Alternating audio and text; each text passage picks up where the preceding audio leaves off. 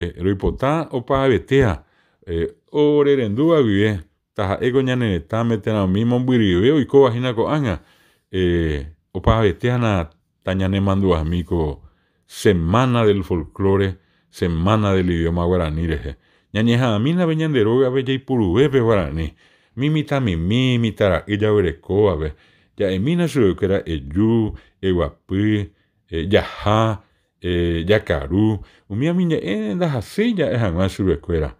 Ha iporãiterei ijuketereirasániko mimitãva ñe'ẽ jave Guaraníme. Ñanembopirĩmba hosavy'ánte jahechávo mímitamimi, mokõi mbohapy ary oguerekóva Guarani hyapu asýpe ijurukuérave. Ha péa ñanemboretia'eva'erã, ñanembovy'ava'erã ha peichahápe jahechahínape ñande reko péichapéichante nomanomo'ãiha ñandehegui. Añapea opahavetéa jajapova'erã, opahavetéa ijáramo ñande ko arapokõindýpe jajapomi umi mba'e ohechaukávape ñande reko.